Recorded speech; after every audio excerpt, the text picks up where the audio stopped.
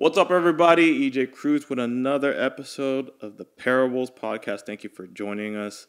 Man, I got my good friend here, Brett Botelho. Thank you so much, man, for coming. Of course. Dude, my man here, I got to tell you, this guy came from Denver, right? Flew in from Denver. He flew in from Denver, everybody. Dude, how special is that, dude? I appreciate you. You know, I've been telling everybody I don't do remote. So for people that drive down here from like LA, San Diego, whatever, like I feel like, you know, super blessed that they take the time out of their busy day to come here. And you're coming here from freaking Denver, man. Yeah. That's big, dude. I just want to tell you from the bottom of my heart, I appreciate you so much. Yeah, no worries, man. I think it's going to be a good time. Dude, and you know what? This one's I think this episode's going to touch a lot of people. You know what I mean? It's going to inspire a lot of people with your story. And it's crazy because, I mean, you've been going back and forth. We've been trying to get you on the podcast. Yeah. We've just been trying to, you know, work our schedules, you know, with everything you got going, which we're going to talk about very shortly, man. I'm very excited for you, man. Yeah. So listen, I think we got connected through, I like to call him Killer Cam, Cameron Gade, right? Shout out to Cam. Yep. I appreciate you, brother. I hope everything's well with you. You know, and he connected us, and we're finally here, man. So this is great. So I know you listen to the podcast, man, which I appreciate, by the way. I appreciate all the support. Absolutely.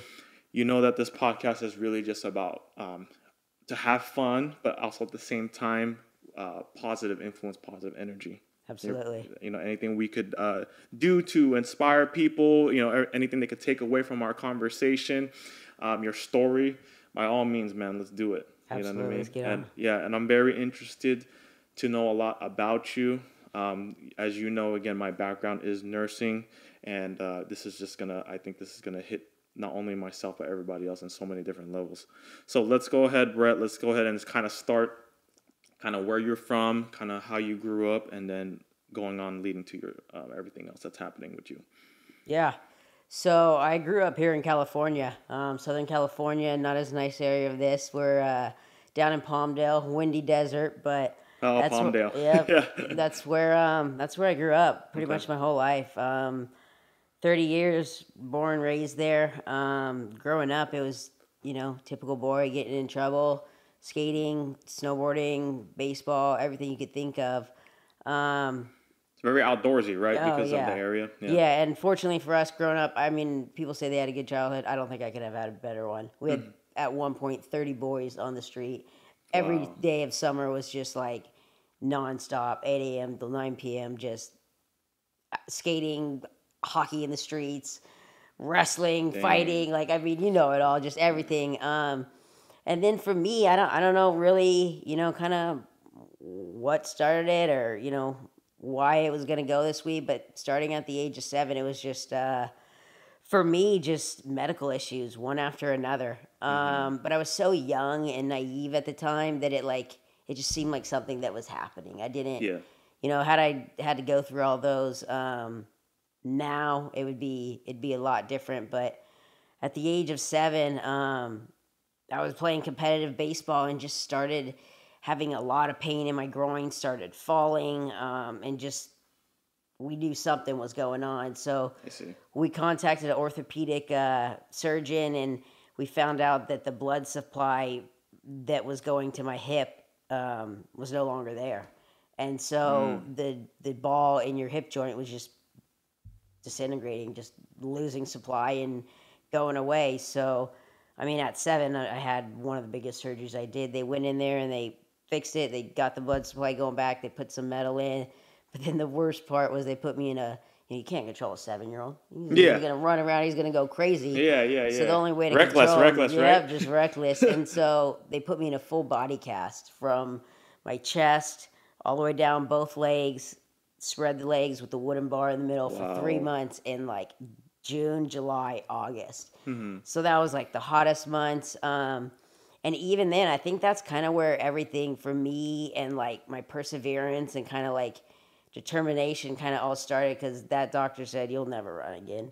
You'll walk, but you'll walk with the limp, but you'll never like fully run again.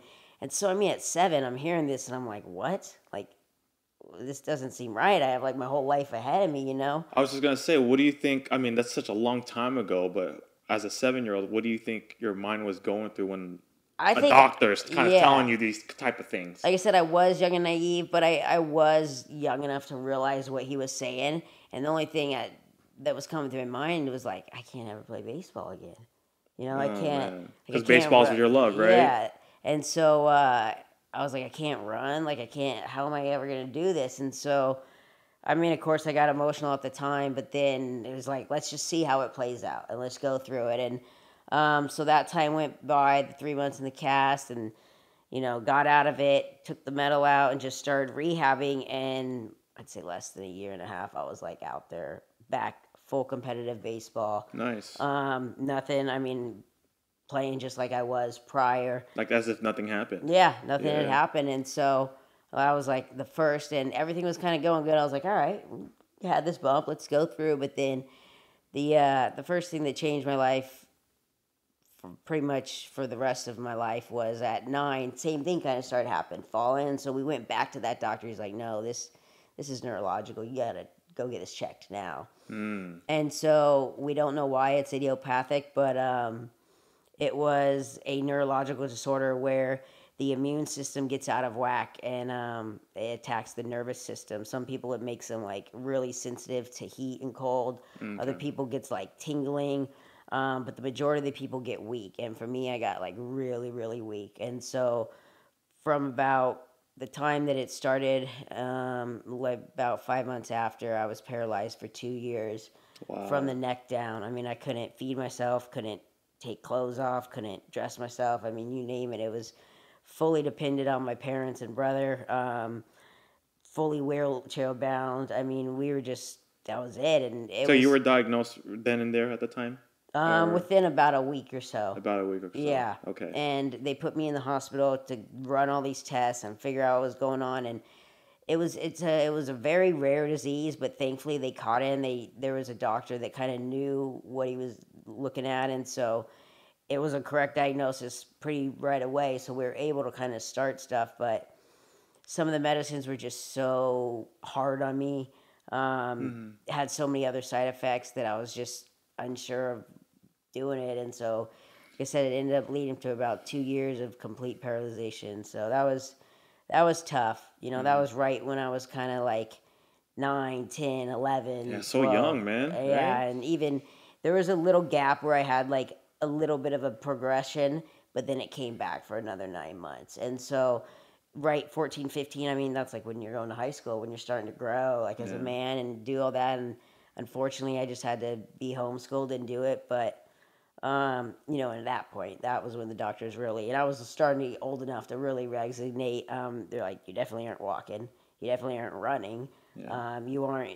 You just, who knows what like that is. But I do believe in something more than, something greater than mankind. I believe strongly in Jesus. And I know that he's the one that got me through it, along with my family. But without a doubt, if it wouldn't have been for him and just having that alone time, like, who knows if I would have turned to drugs or alcohol or whatever. Definitely. But I was able to somewhat stay focused. And looking back now, I don't know how I got through these. I wouldn't wish it on anyone in the world, but... You feel like it was a blur, kind of, now? Yeah, looking back, it kind of was. It for sure was, because, I mean, it happened, but it's like, I was very self-conscious, because we did get on high medicines, and I put on over 100 pounds, and so I told my mom, I don't want any photos of this.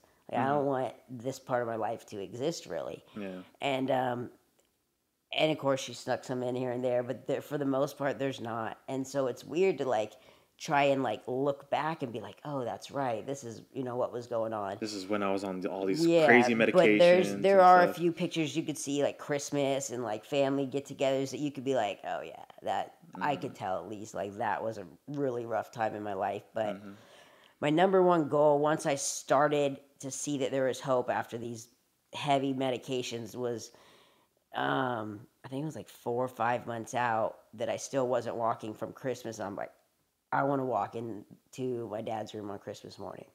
And he would work he'd get up and he busted his butt his whole life. And he got up at 2 o'clock, left at 3 in the morning, got home at 3 at night. So he was gone the majority of the day. And me and my mom would work just small physical therapy. I mean, like arm curls like this for 4 times. Around what age? Around this time? Was around like 13, 14. Okay. And so that was all we would do for the day. But eventually we started seeing progress, and we're like, oh, like this is actually working. So it went from, like I said, complete paralyzation to, all right, I'm standing. Okay, I can put 1 foot. Okay, I can take 2 steps now. And so just eventually it did. And Christmas morning I walked in there, and wow, it was emotional. It was intense. But from that point, I saw like that little thing of like hope and progression. I was like, this is, it's like everything else. I just want more. I want more. And so just kept going on it. And high school was rough. I mean, I had braces that were this big up to my shins, very uncomfortable. Braces on both legs, yeah. But the way I've always lived is like I got it tattooed on my chest. It's a quote by John Wooden. It says, "Don't let what you can't do interfere with what you can." Wow. And that was like kind of the way I looked at everything during that time. I was old enough to start kind of like traveling, and at that point, because I couldn't be physical barely at all, I like fell in love with baseball even more than I did as a young kid. And I would be in pain all the time, literally cuts on my feet. But I went to traveled to majority of the stadiums. I think I've been to over half of them now. Wow. And went to Texas and back east to Boston. And I mean, Cincinnati, I did a lot of that. But it was just always just like, I did it, but it was like, I barely did it. I couldn't enjoy it because I was just like, I got to sit down now. I can't go up these steps. Like because you're in pain. So much pain. Yeah. I'm sorry to interrupt. I want to go back just kind of real quick. Well, first off, what they diagnosed you with, CIDP, right? Yeah, we call it CIDP for short. Okay. The medical term is chronic inflammatory demyelinating polyneuropathy. Okay. And the immune system like basically just attacks the myelin sheath around your nerve. Gotcha. And so it starts to destroy it, and that's where you start having the nerve problems and things like that. It's amazing because it's starting to bring back memories, because I can recall, definitely I've had my share of taking care of patients with the same disease. I want to go back just real quick on that day that you walked for your dad. A very emotional time. Yeah. I mean, can you kind of like just describe it real quick? Yeah, I mean, me and my mom, we had kind of like planned it, obviously. Okay, to surprise your dad. Let's do this. And I said, we came up with this random stupid idea. I was like, I'm going to cough really loud, and like that's going to like let you know that I'm going to like start coming in there. Oh, that's the signal. That's the signal right there. That's nice. The cue. And at this point, I could take the sheets off of me now. I could go from a lying position to a sitting position. Nice. So I could do that so she could stay in there. And then, I did that and pretend like I had bronchitis and coughed. Yeah. And then I started to go in there, and I pushed the door open, and, my dad, he wants to protect you every time. He's like, well, Brett, what are you doing? What are you doing? Yeah, okay. And I'm He was like, freaking out. I'm like, no, it's okay. Like, I've been working on this. And I mean, it wasn't much. It was maybe 15 feet, if that. But still, just the fact of like doing it. And, he didn't know. When he would come home, I would like work on stuff and have stuff, but we'd still like kind of play it cool and like still use the wheelchair at times, have him help me and do that. So he had no clue that it was like even in the scheme of things that this was possible. Yeah. And so he did. And it's like you were Batman or something. Yeah, he was like, wait, what just happened overnight? Last night I was just doing this, and now. Yeah. And so, and we came in there, and we just kind of all sat in there and just was like, emotional day. Emotional. This is crazy. Like, I can't, this gives us like that hope that we were looking for, that knowing that there's that chance that there's so much more that you could accomplish, This is just the beginning. This is just the beginning. You aren't even like got started. So just, man, dude, I had to highlight that point because I know that was definitely a pivotal point. Yeah, right there where it gave you hope. Absolutely. It made you look forward, and now going forward to again,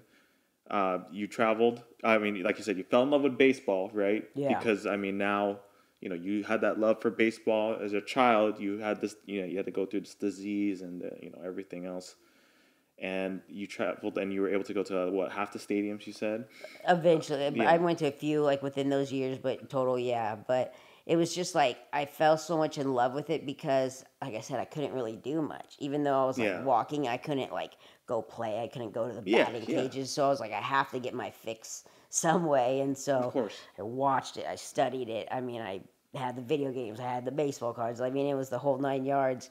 And then when I was like finally able to kind of like, be somewhat independent, I started taking trips, one with my brother, one with my mom, just to have that, like, if I needed extra help. But it was slowly coming, but I had lost in those 2 years so much of my life, because that's like a real kind of strong pivotal point in your life, that I wanted to get it back so quick.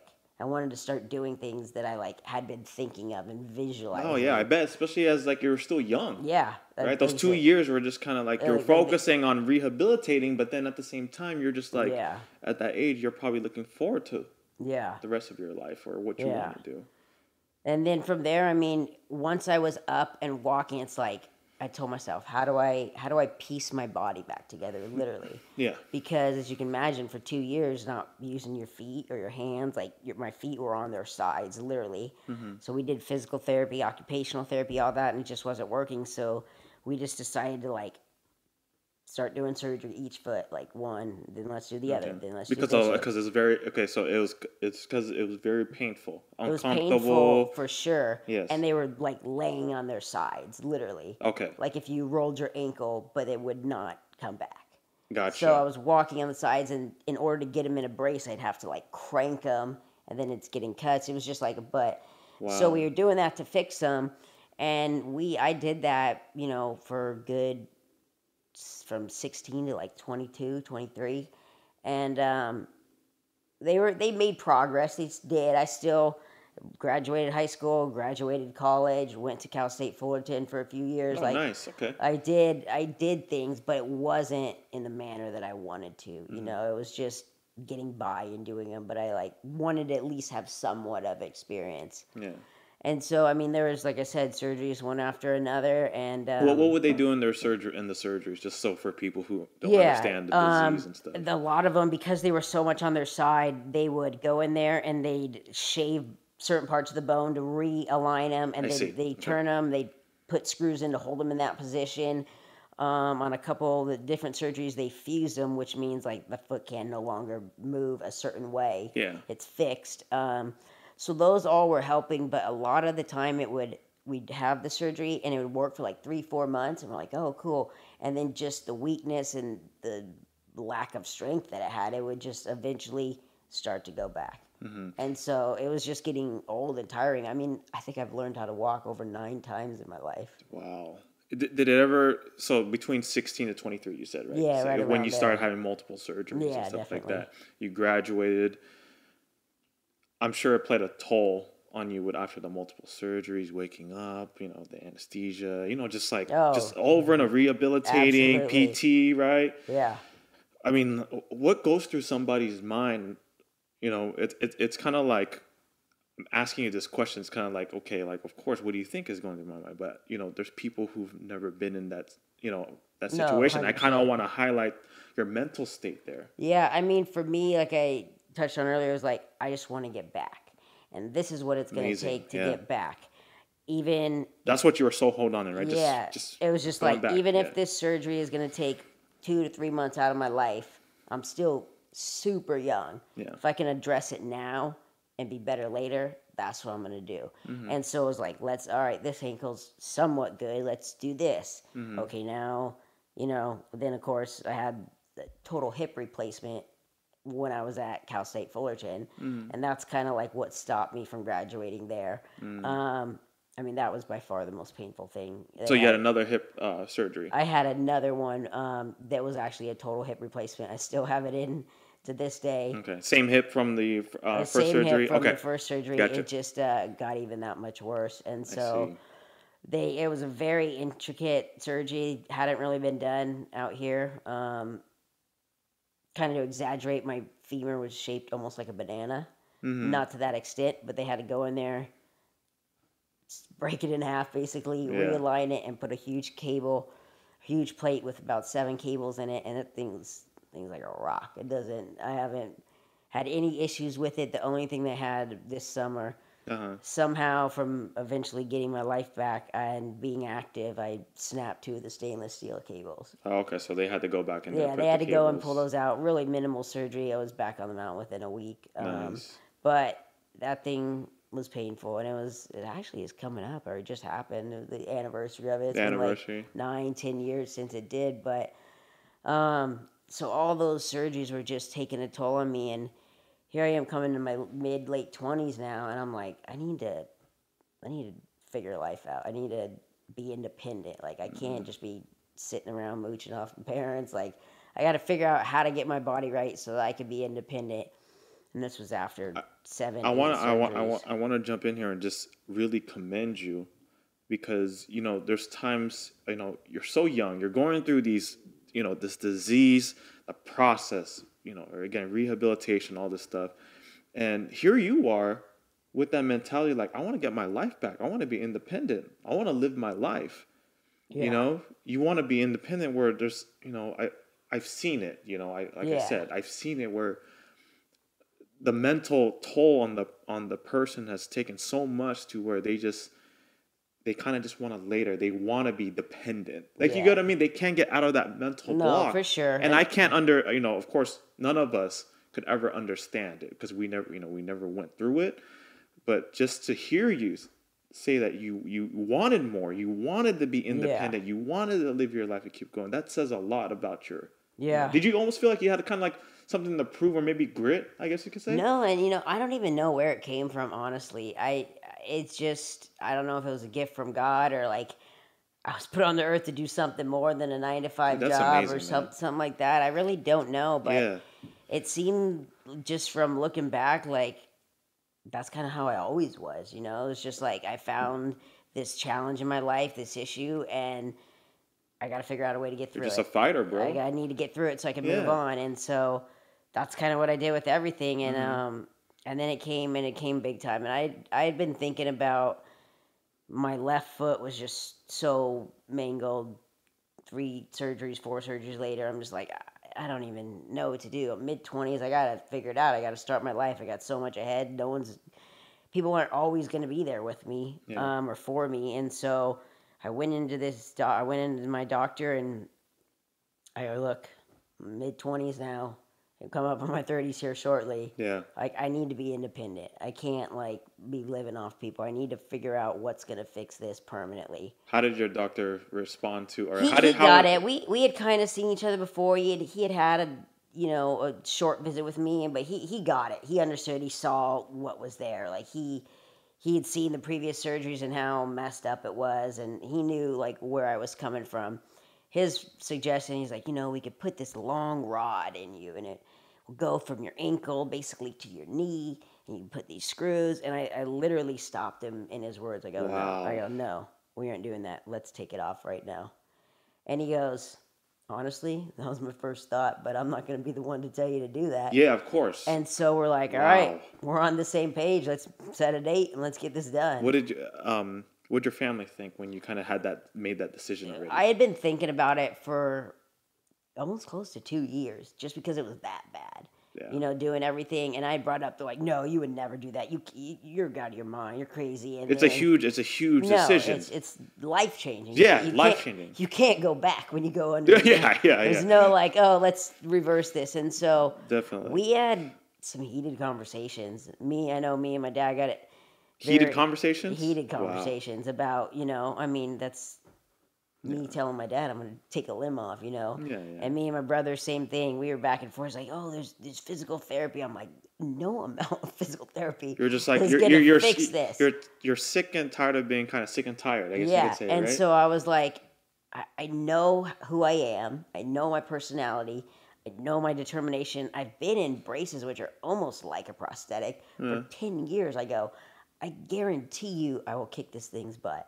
Like, I know I'm going to be back quicker and doing things than I ever will. Like, it's commitment. And once I get to that, like, and realize there's no coming back, like, that's going to be all it takes. And eventually they kind of came around and they knew that they weren't going to Stop you. So we went ahead and did it. I went ahead and did it. When you were like sitting on the gurney, ready to go under the knife, anything come to light as far as what you were thinking? I was okay at that point, but I had the appointment in October. Okay. And the original date was set for like a week before Thanksgiving or something. And wait, how old were you at this? 25. 25. Okay. 26, something like that. Okay. And I was like, the first surgery was set just before Thanksgiving, and then got pushed back for insurance. So I'm like, oh man, now I got more time to think about it. Oh man, so you just wanted to get over with, and they got pushed back. So the date was set for December 1st of 14, and so I had about October to December to think it through 9 times and back of the other. And I would question, but I just kept telling myself it's gonna be better in the long run. This is gonna be. The way I told everyone and the way I explained it to everyone was like, this is me pressing play on my life. My whole life has been on pause, or it's like pause. And then I was like, this is where I can hit play and just let the tape roll. Let my life play out, because I know where this is going to go. So going in there, I felt good. I saw the doctor and we have a really good relationship. We still talk. And I told him, I go, you sleep good last night? You awake? Like, you in top shape right now? And he goes, you have your coffee or what? I'm like, because it was early surgery. It was like 6 a.m., 7 a.m., something like that. And I go, first patient, and he goes, yeah, we're going to do this. And so we went ahead, and I mean, honestly, it was probably one of the easiest surgeries I ever had. Wow. Physically, mentally, it was the most, leading up to it. But I think I stayed one night, and that was it. And then was released. But the one thing that, even though I knew it wasn't there, like, I was well aware of what happened, I couldn't look at it. Like, I just couldn't. Wow. For about a month after the surgery. You mean you couldn't look at your leg? Yeah, I would always have a pillow, a blanket, a sheet, something over it. And you could tell, obviously, the length or like whatever, but I just couldn't like look and be. Why do you think that? I don't know. I think it was just weird. Just mental, right? Yeah, just mental. Like, I knew it wasn't there, but I didn't want to like fully accept it yet. But clearly, of course, the pain relief, like, right, it's gone. So the pain was gone. I mean, I'd wake up every day, and you felt like 10 times better, right? Yeah, I'd wake up every day, and I explained it to people, as like, how am I going to get through this day? What am I going to do? Is it pain medicine? Is it not walking? Is it laying in bed? Is it whatever it takes? Like, now I know that the pain's gone. So when I wake up, I go, what am I going to do with this day? You actually look forward to your day now compared to the other days. Because I can wake up and it takes me like a minute to get it on. Life-changing, yeah. What am I going to do with my day? How am I going to impact people? What am I going to do to better my life, But there was one time that the pillow fell off, and it was like actually right when I was coming out of the hospital from it, so less than like a day and a half. And I like absolutely lost it. And I was like, what the hell did I just do? Like, oh man, so it kind of just like ruined my life. I can't go back. And I was just like losing it in the parking lot, like yelling, throwing stuff, anger, tears, emotion. And my dad just like grabbed me, and he was like, we said, like, we weren't looking back. It's done. Wow. Like, you can't change it. I'm getting goosebumps right now just freaking you saying that. That's crazy. Yeah. So you think it just came on you, like it was like still, I was probably still on some medicine, so it made it like a little more, but it's kind of like a delayed realization. It was weird, but I had a surgery on December 1st, and basically I just had to wait for the wound to heal. Mm-hmm. There's nothing else really everything was perfect. It was like, once it heals, you get your prosthetic and start doing it. You're ready to go. So I did it, and the doctor, this is right kind of when I was starting to get into snowboarding. And I was like, man, I definitely lost this season, most likely next season, and part of the following season. Yeah. That's what the doctors were telling me. He's like, yeah, you won't see it. Like, and I go, I know you know me a little bit, but you don't know me. Mm. Like, I'm thinking I might be back just by the way I feel this season. He's like, no, let's not get ahead of yourself. And once I got my prosthetic, I think I got it on a Thursday. Within like a week and a half, I was walking on it with no crutches, anything. Less than 2 months. Less than 2 months after the surgery, I was back on the mountain. Wow. How you snowboarded before the amputation? Just a little, but I was really kind of. My brother turned me on to snowboarding when I was paralyzed, and he would work at the mountain. I mean, we fell in love with it then. Yeah. That's where it all picked up. But he and so I would always just be thinking and be riding a few times a year, but that's like really kind of when the passion's starting to hit. Yeah. And so I didn't think I was getting on the mountain for 3 years almost, and less than 2 months I was on the mountain again. How did it feel when you like touch the snow and you start sliding? How describe that feeling, man? Yeah, I mean, visualization is such a huge part of my life. I visualize everything.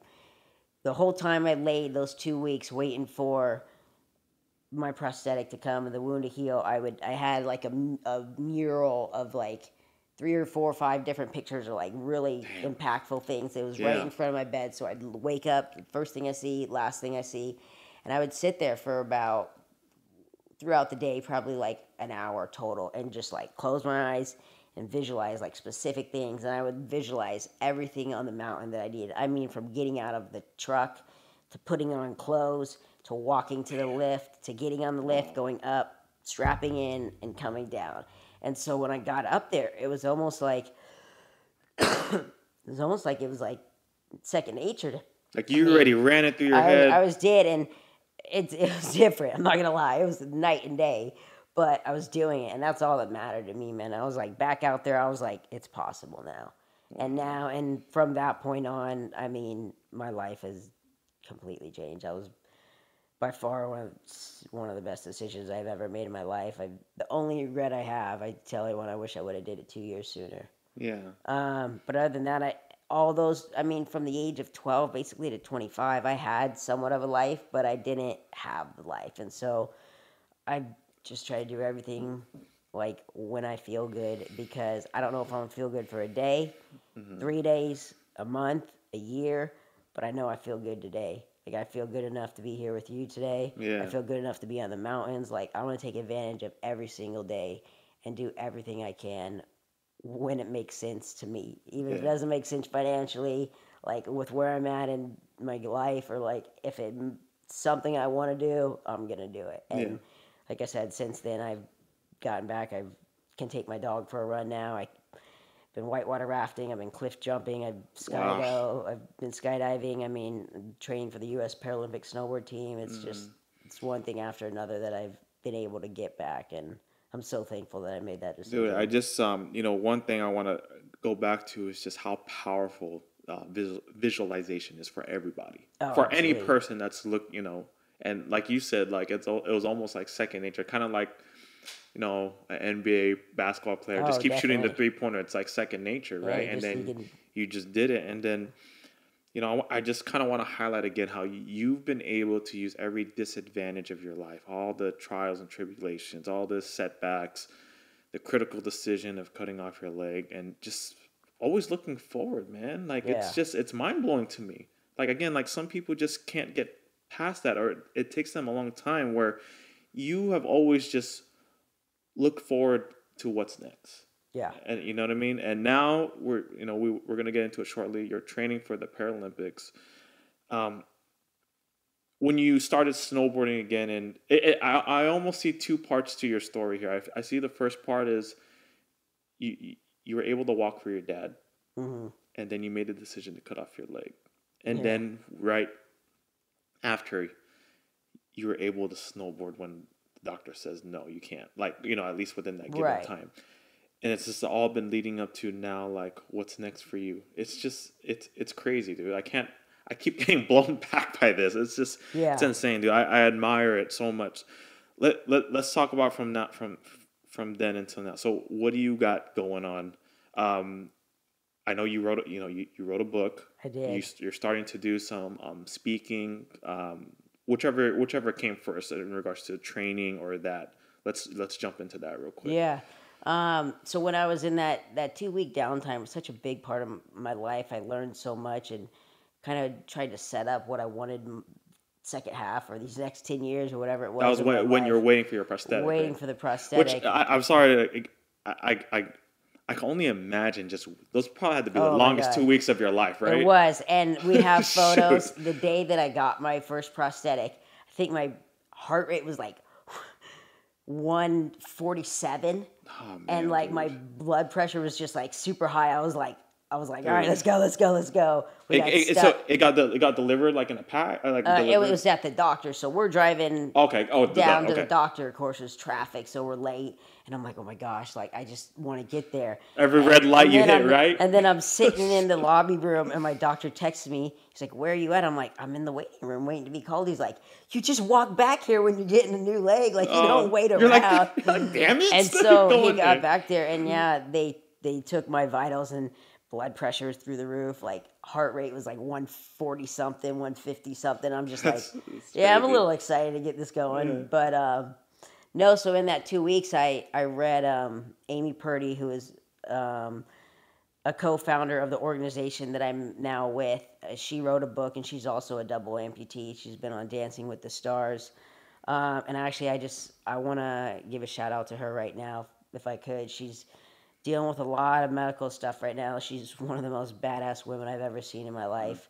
And she's been dealing with some pretty gnarly stuff, but Speedy recovery. yes, I'm just hoping she's, kind of paved the way for the Paralympic and amputee snowboarding community, and I just wish her the best right now. But she wrote a book. I read it in the book that they have this organization in Colorado. I called them up, and they brought me out that same year that I had just recovered from my amputation. Went out there for like 4 or 5 days. I'm like, this is what I want to do. There's no question. I want to live here. I want to do this. And from that point on, I had lived in Colorado for about 3-4 years each winter. Then I'd come back here to California, and I was so far behind, where I wanted to be. But those 3-4 years were going to get me to the 4 years that I'm in now, which gives me a shot. And so I did that, and then this year in August, I made the decision to take everything to Colorado and train full time. And How's that been? How's it been? it's been training? going great. I mean, I love it out there. It's one of the most beautiful places I've ever been in my life. 5 minutes, 10 minutes from the resort. I mean, I go there, snowboard train for 3-4 hours, come home, but it's just that thing that I know this is something I want more than anything. I mean, the Paralympic Games happened last year, and I wasn't ready for them, and I didn't make the team, but they're 4 years away. Now they're 3 years away, basically from this date. They happen in March. Wow. So I have like 3 full years, and the improvements and the things and the goals that I've accomplished this year really let me know I have a good chance in my mind to eventually make it in 3 years. And so started to do a little of the traveling with that, which is amazing. Went to Canada this year and got classified so that I can race in these events across the country. I mean, like I said, my last 3 races are the end of this month and next month, or the end of this month, beginning of April, and then take a couple months off. Always training in the off season. I mean, what do they say? Champions made in the off season. Yeah. So that's what I'll be doing in the off season, and then hopefully get an early start on the season, start traveling and making some huge strides in where I want to be. But I definitely have a lot more confidence. Do you the Paralympics? What do you hope to? Obviously, you have a love for the sport, right? But I feel like there's a deeper meaning to it. Oh, absolutely. What do you wish to accomplish by being a part of the Paralympics? I mean, I fell in love with snowboarding. What snowboarding does for me is what music or writing or you doing this podcast, does for other people. It's like I get taken away. I get lost in the mountain. Just looking at God's creation, and it's so peaceful. Like I can't really think of another scenario that I'd want to be in. But as deep as my passion is for snowboarding, it's so much more than snowboarding. Yeah. This whole journey is so much more than snowboarding. Snowboarding is just a platform for me. Absolutely. And unfortunately, the things that I've had to go through has given me the ability to share it with others. And there is strength behind it. There is power behind it. And I think that this platform of snowboarding and getting notoriety and getting out there will allow me to share what I've been through. And it doesn't have to be for the next U.S. Paralympic snowboarder. It could be for an older grandma that wants to take her kid for a walk. I mean, her grandson for a walk. It could be for someone that just wants to hold down a steady job. I mean, there's so many different scenarios Absolutely. that it can be used as. It could apply to almost anything. You can look at it from any direction, and I think that it's just it's given me that chance to give them that opportunity to hear this and be like, damn, like that makes sense. Yeah, that makes sense, and that was the purpose of my book too. Everyone had always told me, like, you have so many incredible stories, like, not even just medical, just the stuff that you've done and been through, like, you got to put it down sometime. And, you know, I started back in 2012, and I just, like, mentally I couldn't do it. I'd sit down for an hour and be like, screw this. So that's kind of the inspiration that came with the book. Yeah. Okay. I would, same thing, just trying to help people. And I'd sit down and try to write it, and I'm like, I can't do this. I get so emotional looking back. But then, you know, I had some other medical stuff, and it gave me the opportunity to sit down and do it. And I sat down in 2017 in June, and I wrote every word in that book, and it came, like, directly from me. I mean, there's days in there I'm in my room throwing stuff, crying my eyes out, like, losing it. But I was like, my purpose for this book is to affect one person tangibly, that I can see, that they tell me that it's, like, affected them. And that's all that I wanted. If it took off and got picked up, like, awesome. If it did nothing and it became something I just did in my life, awesome. Like, I didn't want anything more but to have it affect one person. Yeah. You feel like it was a little therapeutic, just kind of talking about it and just writing. Yeah, it definitely brought up old stuff, but it let me know that I'm so far past that. Like, that's just stuff in the rear view now. Now it's time to thrive. And now it's time to live. And so that was a purpose, and it's done well. I mean, it's here and there, but I just love, like, handing out books and, like, hey guys, take a read. Like, you're gonna hopefully find something. And I've seen a lot of people affected by it, so that's one of the things I'm more proud of doing. But yeah, I mean, I'm just looking forward to these next 3 years and really putting in the work and pushing my body. That's what I love now, is that, you know, I look back, and I was sitting in Canada this year. It was really weird. And riding the chairlift up, some of the most amazing views I've ever seen in my life. Just looking at these snow-covered mountains and trees, and I'm like, you tell me 10 years ago, when I can't feed myself, I'm in a wheelchair. Fully dependent. Fully dependent. Like, I can't do anything, that in 10 years, I want to be in top of the mountain of Canada. Yeah. Like, coming down it. Like, I would have never believed you. Yeah. Like, in that span, I've had so many more people tell me, you can't, you won't, you're dumb for doing this, don't do this, than people who have said, go for it, go grab it by the horns and take off. Like, just take life and use it for your, you know, benefit. And almost you against the world. Kinda, right? Yeah. But there was my group, my solid group. You know, my buddies back here and my family, my brother, and those were the people that stuck, and those were the people that, when the times were the hardest, that was like, all right, guys, you got to pick me up today. And that's okay. That's okay if you need that pickup, because everyone's going to need it. Yeah. You can't just take on everything by yourself. And the more I realized that it's okay to still ask for help, even, you know, so far past all this other stuff, that's what they're there for. I think that's just, that right there is just amazing. It's just because you come to a point, right, where you're independent, you're doing the things you want to do, and you're looking forward to just living. But then you've come to realization, and you come to appreciate and, you know, to understand that it's okay to ask for help still. Yeah. You know what I mean? We're all human. You know, we all have specific needs, and we do have loved ones out there that are there for you. No, for sure. You just have to reach out to them. Yeah. You know, and I commend you on that, man. That's another thing that just it's dawning upon me that some people don't come to realization about that. Like, it's okay to ask for help. Yeah. You know what I mean? And big ups to your family and your core group of friends here that have been there for you. I'm sure it's been like such a tough ride. Yeah. So Canada, man, I want to share something with you because you were talking about how you're on the snow on top of the mountain. You look and you're just lost. You see God's creation and this thing. I actually just went to Utah with my wife. Nice. I went snowboarding. I suck. I'll admit it.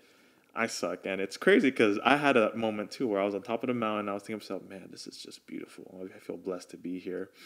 And I just, felt great. I felt amazing.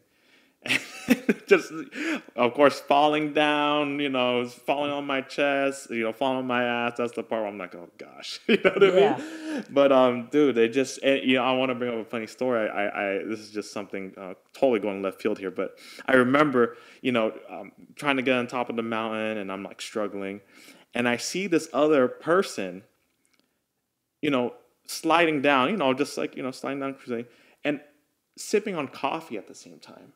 And I'm just thinking to myself, man, look at this person. Yeah. Just sipping on coffee, riding down, and here I am, just like I could barely move 5 feet without falling. It's just fun. I'm sure, I'm sure I almost want to join you and just see how it is. I just get this vision right now, just talking to you, and everything you describe. I see you on top of the mountain. I just see you just in your zone, man. Yeah. You're just in this special place, dude. And that's how it is. A lot of people are like, oh, I hate the cold. I don't even want to be near the cold. And I get it. It's cold. It's not, you aren't properly dressed. It's miserable. Yeah. But if you can just get past that, it's kind of weird. You look at people and you see the stuff that they post on social media. And when they get that glimpse, when you guys get snow out here, they're like, oh my God, it looks amazing. Oh, yeah. Like, exactly. And when you're up there, even if it's cold, if you just stop and look and see... Just see the powder. Just see everything. Yeah. And see how quiet it is. I mean, that's the biggest thing for me is it could be dumping snow. People could be snowboarding and skiing underneath me on the lift. You can hear a pin drop. It is so peaceful. And that's the thing amazing, that's the thing I love most. Is just it's so quiet. It's like you're in a soundproof room and with this beautiful everything out there, and that's where it really tugs at me is this is why I'm doing what I'm doing, even though I put my body still through a lot through hell and I'm sore, but it's holding up, but this is why I do it, and because there's a greater goal than me just making the team. There's so much more, and that's what I just look forward to is keeping my body healthy the next 4 years, and being able to be put on a platform to kind of just share everything with everyone. Yeah, dude. I'm sure Canada's mountains are a lot different compared to Colorado's.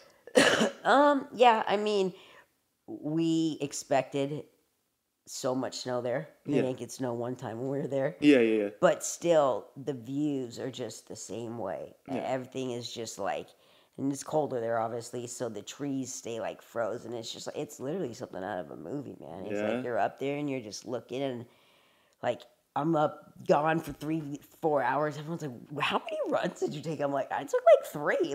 I'm just enjoying being out here. Dude, that's I'm just checking everything out, and just like I said, just the opportunity to be from where I was till now. I'm going to not take anything for granted. And I'm going to be so appreciative of what I get to soak in and what I'm able to do right now. And so just that, and then preparing financially, mentally, physically for the next season, and then do it all again. To piggyback everything you're doing with snowboarding, because clearly, there's a deeper meaning besides just joining the Paralympics. There's more meaning to it, like we talked about. What else outside of snowboarding you're trying to accomplish? Because clearly there's a lot. You've been doing some speaking. We just spoke about how you spoke at Congress. Crazy, man. I mean, what else are you trying to accomplish? I when I'm in winter, I'm pretty tunnel vision. Okay. Winter's tunnel vision, and I'm so focused and 110% gung-ho on snowboarding. But usually when spring, summer starts to get out, I really just kind of push my story as much as I can. I mean, anything that comes up, I'm willing to take, do something for a little school, a little church, something like that. I'm like, absolutely. Like, I'd love to share with some younger kids, the youth, the next generation coming up. And same thing with that. Like, if that takes off and I start speaking in front of 30,000 people, awesome. If I speak to a group of 50 people, I know that's 50 people that, are hopefully going to take something away. Definitely. And so, if that ever presented itself, that would draw a hard question for me as to what I wanted to really focus on. There could be a way to balance it, but yeah, I love just doing stuff like this, doing anything I can to, I have definitely seen that I think I'm put here to do more than a 9 to 5 job. I think I'm here to use, unfortunately, what I've had to go through to help so many others, and that's what I'm about right now. And there's been so many people that have helped me along the way that have put me in a position to be where I am, that like it only feels right to do the same thing or to give back in any way possible. You feel like it's your purpose now to kind of just share your story, to help others who are just maybe absolutely. struggling.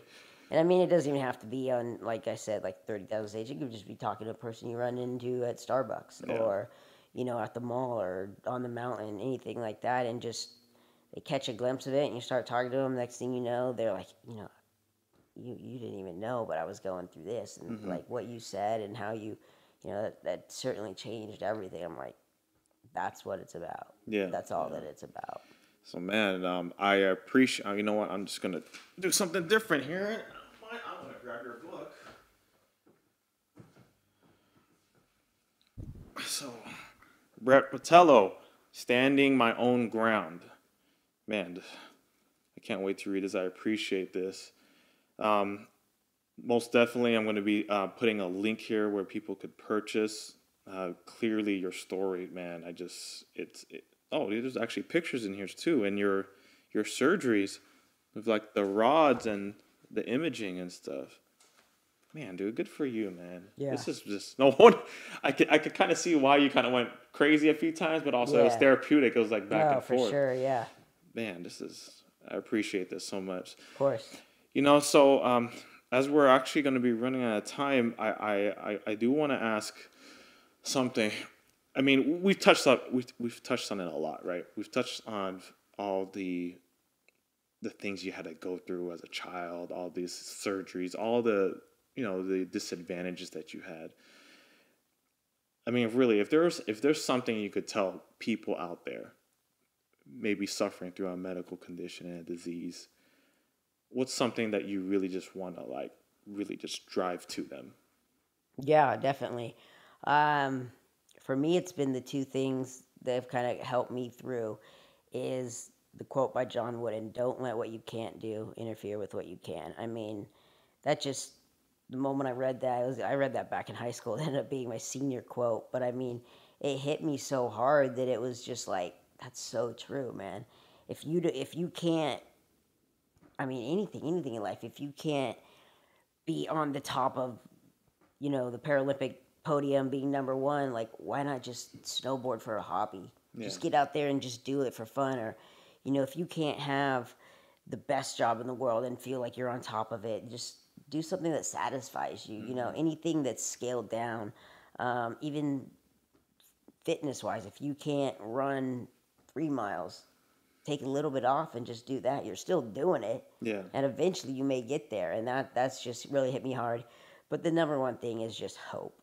Like, hope is so important, and it's what gets you up the next day. If you can truly believe that there's hope that tomorrow is going to be better than today, or that a couple years down the road or a week or whatever it may be is going to be better, that just gives you so much like power and strength. I mean, if you can just tell yourself like, today was bad, today sucked, but tomorrow it starts all over.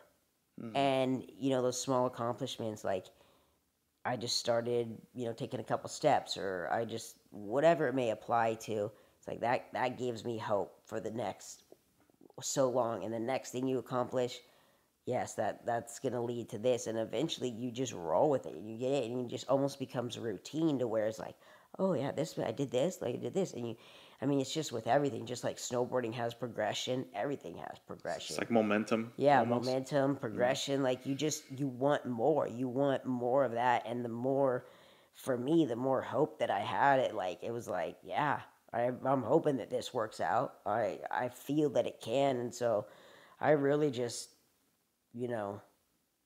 drove into that. And actually, one other thing is we were talking earlier about the mind. The mind is the most powerful thing to me that the body has.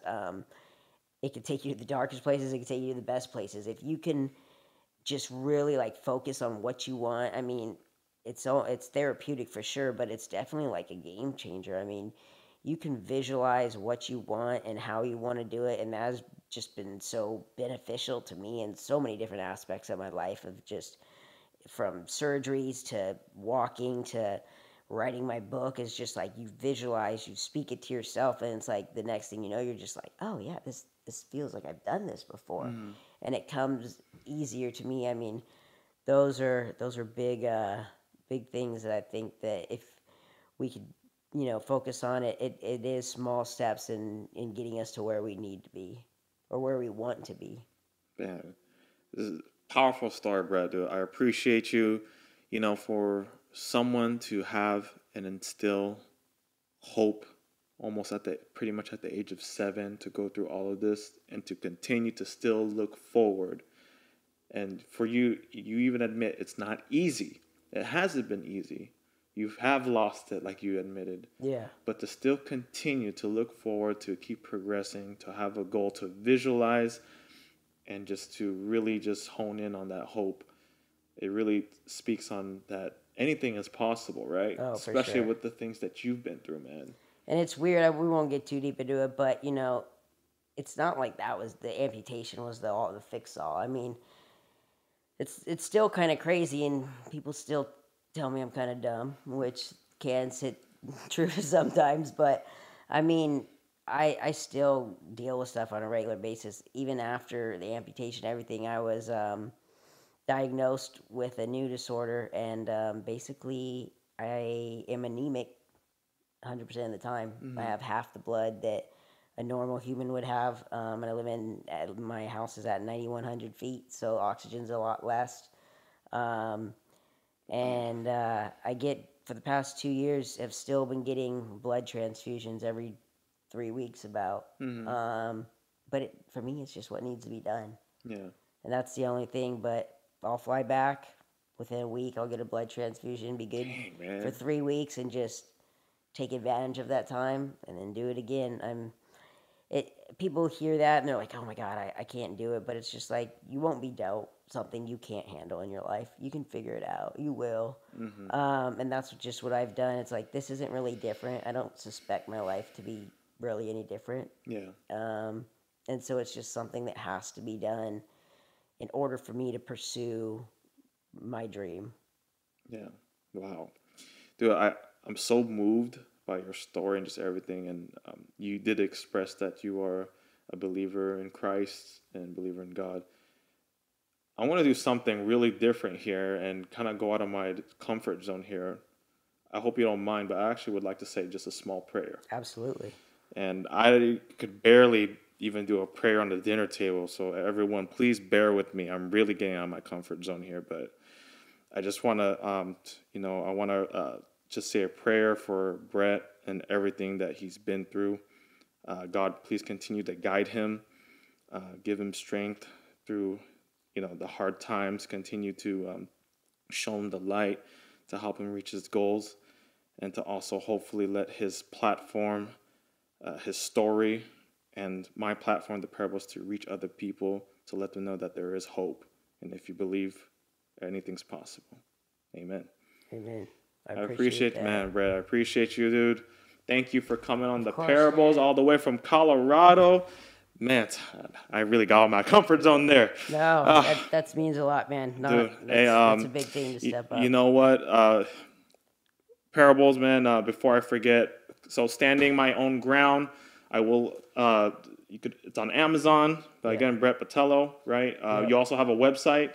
Let us know your website and your IG handle so people could find you. Website is just my name, brettbotelho.com. Pretty simple. And my IG handle is B, and then my last name, Botelho, 10. So pretty simple. I think it was a photo of me snowboarding. So nice. But yeah, at brettbotelho.com, there's also links to all my social medias, Facebook, Twitter, any of that. If you want to come and follow my journey or just talk, shoot me an email, and I'd love to respond to you and just help you guys out. Hey, man, I also want to say I truly believe that you're going to be I feel like you're going to be a great speaker, someone to influence people, to really move people, man. And if that's the direction you're going, you can always hit me up. You know, I'm not there yet either, but I would love to help you any way possible. Absolutely, I really believe it, man. If I could be moved by our conversation here, I know for sure you can move so many people, inspire people. So, man, again, I appreciate you, brother. Thank you so much, man. Hey, man. Brett Botelho, Parables Podcast. I appreciate you guys. Please continue to, shoot me a DM. Let me know what you guys think. Like, subscribe, follow. Screenshot the episode if you're watching or listening. Tag me and Brett. Let us know what you think of this episode, man. I appreciate you. Parables Podcast, we're out.